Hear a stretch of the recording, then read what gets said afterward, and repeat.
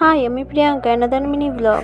Guys আজকে রোদ উঠেছে, কি মজা! কিন্তু তাও আমি দুটো সোয়েটার পরেছি। দেখো দুটো সোয়েটার পরেছি আমি।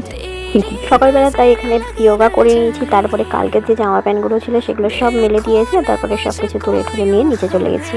আজকের ভিডিওগুলো একটু অন্যভাবে নেওয়ার ট্রাই করেছি, মানে যেভাবে এখন ভিডিওতে দেখো না মিনি ব্লগগুলো শুট হয় ঠিক সেরকম ভাবে। জানি না কতটা করতে পেরেছি, অবশ্যই কমেন্ট করে জানিও। আজকে হবে ঘুগনি, তাই জন্য এখানে মটর আর আলুটা সেদ্ধ করে নিয়েছি। আর কারেন্ট নেই, কারণ আমি সরস্বতী পুজো, তাই জন্য আজকের ঘুগনিতে এত ঝাল হয়েছে, মানে ধারণার বাইরে প্রচুর পরিমাণে ঝাল হয়ে গেছে। আর আমি সব মশলাগুলো বেটেও দিয়েছি ওটা গ্রেটারে গ্রেট করে।